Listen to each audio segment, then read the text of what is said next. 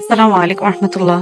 মরার আগে মরো, এই কথাটা শুনতে অনেকটা আজব মনে হতে পারে, কিন্তু খুব গভীরভাবে যদি আমরা ভাবি তাহলে এই কথাটার অনেক গুরুত্বপূর্ণ অর্থ পাবো। মরার আগে মরণ মানের অর্থটা কি হতে পারে? দেখেন, আমি যে চেয়ারটায় বসে কাজ করতেছি বা আমি যে স্থানটায় আছি, ওই স্থানটাকে আমি না থাকলে চলবে না? অবশ্যই চলবে। আমি যে স্থানে কাজ করতেছি সেই স্থানে আমি না থাকলে আমার জায়গায় অন্য কেউ আসবে। আমি যে শখের জিনিসগুলো আমার জন্য কেনাকাটা করছি সেই জিনিসগুলো আমি না থাকলে অন্য কেউ ব্যবহার করবে, এবং কি আমার বাড়িটাও অন্য কেউ ব্যবহার করবে। এত শখের দুনিয়া, এত শখের সব জিনিসপত্র আমার ছেড়ে যেতে হবে। প্রতিনিয়ত মৃত্যু আমাদেরকে ডাকতে থাকে, কিন্তু আমরা তা শুনতে পাই না। যদি শুনতে পাইতাম তাহলে দুনিয়া আমাদের কাছে কিছুই মনে হতো না। সবচেয়ে আজব বিষয় হচ্ছে, এত শখ করে আমরা জামা কাপড় কিনি, এই কাপড়গুলো আমরা কবরে নিয়ে যেতে পারবো না, এবং কি পরনের কাপড়টাও খুলে যেতে হবে, কাফনের কাপড় পরে যেতে হবে।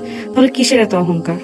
প্রতিদিন যদি আমরা বেশি না 5টা মিনিট 2টা মিনিট যদি চিন্তা করি যে মরার আগে একবার মরে দেখি তো দুনিয়াটা কি আসলে আমার জন্য থেমে থাকবে? না, দুনিয়া কখনোই কারোর জন্য থেমে থাকে না। এই দুনিয়াটা তার নিজ গতিতেই চলে, কিন্তু মানুষ নিজেদেরকে রাজা ভাবে, মনে করে কি আমি এই দুনিয়ার রাজা, কিন্তু না, দুনিয়ার রাজা আমি না। আমি যদি এই দুনিয়া থেকে ভালো কিছু করে যেতে পারি, আখেরাতের রাজা আমি। ইনশাআল্লাহ আমরা সবাই নেক আমল করার তৌফিক দান করবো, এবং প্রতিদিন 2 মিনিট হলেও চিন্তা করবো মরার আগে একবার মরে দেখি যে আসলে কি দুনিয়াটা আমার জন্য থেমে থাকবে কিনা।